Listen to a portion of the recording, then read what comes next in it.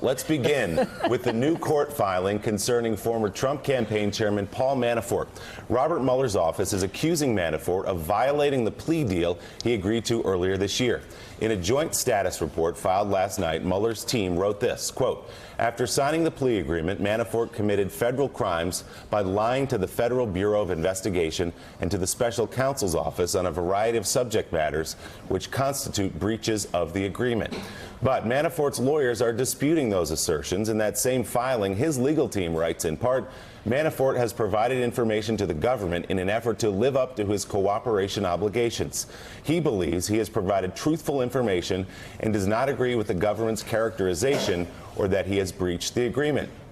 You'll remember back in August, a federal court found Manafort guilty on several counts of financial fraud. A month later, Manafort entered into a plea deal agreeing to cooperate with investigators by participating in interviews, providing documents, and testifying in court. Both cases involve Manafort's political consultancy for a previous Russian-backed government of Ukraine long before he served briefly as Donald Trump's campaign chairman.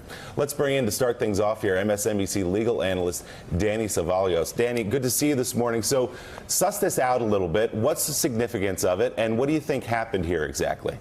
This plea agreement is a contract like any other, but plea agreements are different because they have very serious constitutional implications.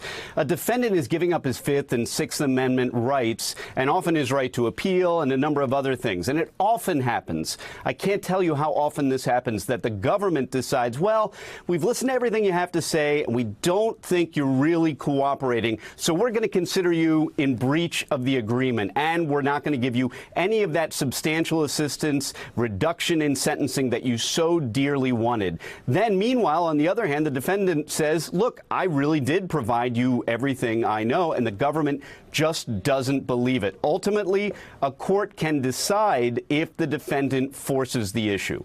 So the backdrop of this, Danny, is that President Trump finished his written questions and submitted them, the questions provided by the special counsel's office. Does that tell you anything about this, or do you think those two are unrelated? The timing could be significant in that President Trump's answers may vary somewhat with what Paul Manafort provided in terms of information.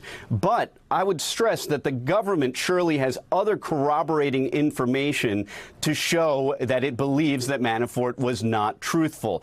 And they might have even given him an opportunity to correct that, what they believed to be lies, before they decided that the plea agreement was breached and that they should just move forward to sentencing. A lot of times defendants, it's not even a lie, it's that defendants think they can get away with not remembering or misremembering or telling 90% of what they know and leaving the other 10% out. And oftentimes the government is 2 steps ahead of that defendant. So, Danny, can the government, can the Mueller team go and ask that the sentence be imposed upon Manafort now based upon the guilty verdicts in the federal trial that took place earlier this year? And the second part to this question, and this is purely speculation, but what would happen if it were revealed, if it were found out that Manafort has a promise of a pardon and thus leads to his lying here? First, the whole reason that Manafort entered into that agreement was for a reduced sentence when it comes to that sentencing date. And only at that time of sentencing, if the government thinks he's cooperated, it's the government's prerogative to file what's called a 5K1 motion for a downward departure. That reduces significantly, almost an unlimited reduction potentially of a defendant's sentence. But the challenge for defendants is that it's usually up to the prosecutors to decide whether or not the defendant cooperated. Part 2 is the pardon, and the Mueller team does not operate with pardons in mind. And given Trump's, back on Manafort's side, given Trump's experience or history in showing loyalty or disloyalty to those underneath him, and the fact that he said, I barely knew Manafort, he barely worked for me, Manafort relying on a pardon might be a real Hail Mary in this situation. Danny, if Manafort doesn't get a pardon, as you're suggesting that might be a stretch for him, the consequences for him are pretty obvious. That's a long jail term. What does all of this mean for Mueller and the probe? Does it suggest that anything that he has got from Paul Manafort now needs to be corroborated by other sources? And is it a blow for the investigation? This is always a challenge for the government. From the moment they decide to cooperate a witness, the government is getting hand in hand with someone the government also believes to be a liar and a criminal. So, as Manafort was cooperating, the government always knew that he was going to have credibility problems if he ever testified or provided information, and that defense lawyers could point to that this man is a convicted liar. But Manafort's lies, at least as the government perceived them, must have reached a point where even the government, Mueller's team, decided that, we can't use him anymore. He's just gone too far. He's just breached the plea agreement. We're happy to keep the information that he's given us, but in terms of his use to us as a cooperating witness, we don't need him anymore. And this happens all the time. Just a few hours before that news broke about Paul Manafort, President Trump was tweeting about the Russia probe, writing, "When Mueller does his final report, will he be covering all of his conflicts of interest in a preamble? Will he be recommending action on all of the crimes of many kinds from those on the other side? Whatever happened to Podesta?" the president asked. "And will he be putting in statements from hundreds of people closely involved with my campaign who never met, saw, or spoke to a Russian during this period? So many campaign workers, people inside from the beginning, ask me why they have not been called. They want to be.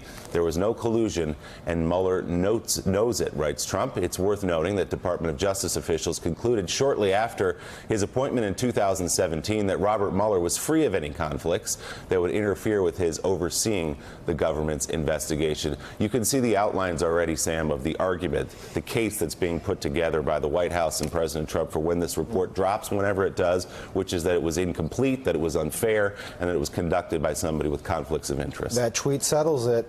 We are not, yeah, we have case closed. No, this is going to be a prolonged, protracted effort by the administration, Rudy Giuliani and Trump top among them, to discredit the probe when it comes out, before it comes out, and so on.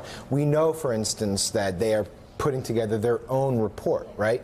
They're going to be releasing their own set of findings. It's going to be largely historical and probably a bit biased, I would argue. We also know that Rudy hinted that they would fight the release of the report, citing executive privilege, hoping to basically bottle it up. And the Matt Whitaker's appointment as an acting attorney general probably plays a role in here.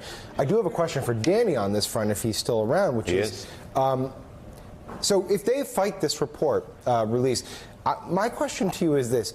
Mueller and Manafort will have to go before a judge, is my understanding of how things go, to outline where they thought, or where they are accusing Manafort of having breached his plea agreement, of having lied.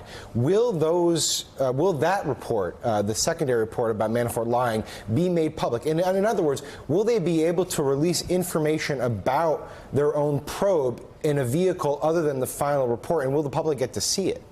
Courts are different than the Mueller team's mandate for secrecy. Anything that's filed in court, unless it's filed under seal, and there's a presumption against filing things under seal in federal court, will be publicly available. At some point, Manafort will be sentenced, and at that point, there will be a prolonged hearing where there will be witnesses called and information revealed, and we will learn that information because the sentencing will be open to the public, and people will be able to hear what exactly Manafort did and did not do. If the government, if Mueller's team files a public document outlining his lies, then we will know what those lies were. And surely Paul Manafort will take every opportunity to dispute that and have his lawyers adduce evidence showing that, in fact, he didn't lie and that he was telling the truth to the best of his ability and recollection. That's really interesting. I just want to jump on that because that just shows that, in a way, Mueller has kind of circumvented the executive privilege process to allow some of his findings potentially to be made public. Right, and the question again of the pardon potentially hangs over all this. But as you listen, Noah, there are theories that legal analysts have been putting out there overnight about perhaps Bob Mueller let Manafort lie to him, then assume that somehow Manafort would get back word to the President of the United States of what Mueller's after, and maybe the President would then lie in his written answers.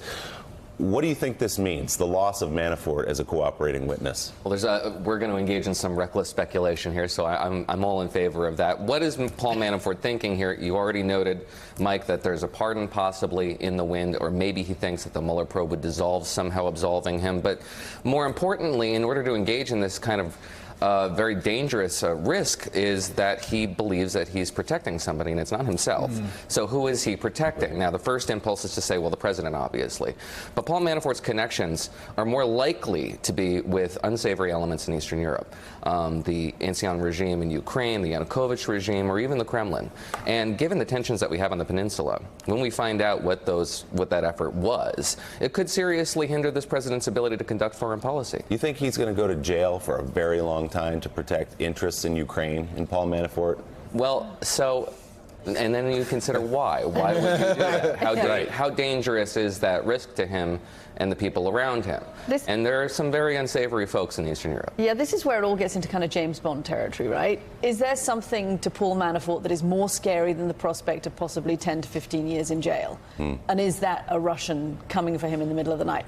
I find that a stretch in the narrative. I know that there's almost nothing at the moment that seems implausible, and that it's all, the reality TV element of this makes any plot twist something that we've seen already. But I find that hard. Isn't the to Occam's imagine. razor explanation here that Paul Manafort thought that Bob Mueller didn't know some things and lied about it? Yeah. And Bob Mueller knows far more than Paul Manafort. And that he's lied his whole life. He's lied his career. He's got away with it until now. So why not carry on doing it? Gene, what's at the root of this? The defendant, Paul Manafort. I mean, there is really no way to gauge what he's up to, because he has been up to so many things for so many years. Yeah. I mean, many years actually, and Caddy, I don't find it that implausible that he could have concerns about life and limb, given the people he's dealt with in the past. I mean, shady $10 million payments in cash under the table and dealing with. So he would go to jail for potentially 15 years because that's something he might be afraid of? Well, if you're concerned about your not only your own welfare, but that of your family, that potentially of others, and what these kinds of folks might do to people. I mean, these are not good people. These are people with a track record of let's put it this way: people who cross them, tend to have frankly, some of them have a shorter life expectancy. I don't think that James Bond scenario is that implausible at all. It looks to me like there are some secret or secrets that Paul Manafort is so willing, so determined to keep, and so afraid of breaching the trust that he's willing to go to jail potentially for the rest of his life. He's about to go to jail for quite a long time. We've sort of half-written a Daniel Silva novel at this point, getting deep into European intrigue. Danny Cevallos, thanks so much, as always, for your analysis of this. Thanks for checking out MSNBC on YouTube, and make sure you subscribe to stay up to date on the day's biggest stories. And you can click on any of the videos around us to watch more from Morning Joe and MSNBC. Thanks so much for watching.